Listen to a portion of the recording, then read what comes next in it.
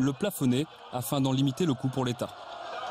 Et on s'arrête un instant sur ces fameuses niches avec cette question, leur ampleur est-elle sous-estimée?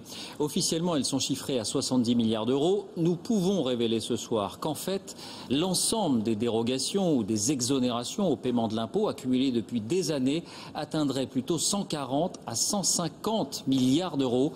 Enquête Romain Messi, Annie Triboire. Pour une définition des niches fiscales, il faut se tourner vers la ministre du Budget.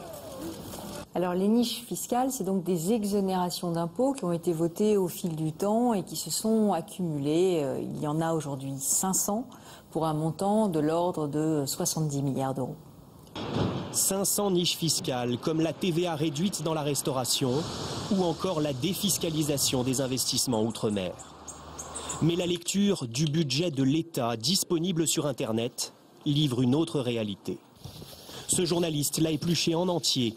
On y trouve la liste officielle des niches fiscales, mais également toute une liste d'exonérations qui ont été déclassées. En clair, elles sont toujours actives, toujours chiffrées, mais elles ne portent plus le nom de niche et ne sont pas prises en compte dans le coût global.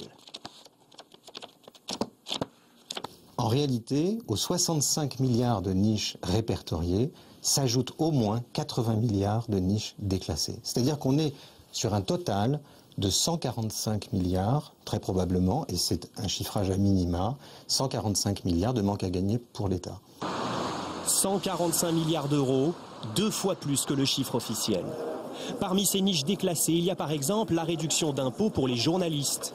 Mais il y a surtout de très nombreuses niches dont bénéficient les groupes du CAC 40. Grâce à différentes exonérations fiscales, les grandes entreprises françaises vont économiser cette année 60 milliards d'euros qui n'iront pas dans les caisses de l'État. Et pourtant, ces réductions d'impôts ne sont pas comptabilisées comme des niches fiscales. Toutes ces exonérations sont donc souvent passées sous silence lors du débat sur les niches fiscales. Dénoncées par les syndicats des impôts, leur coût global n'a jamais été aussi élevé.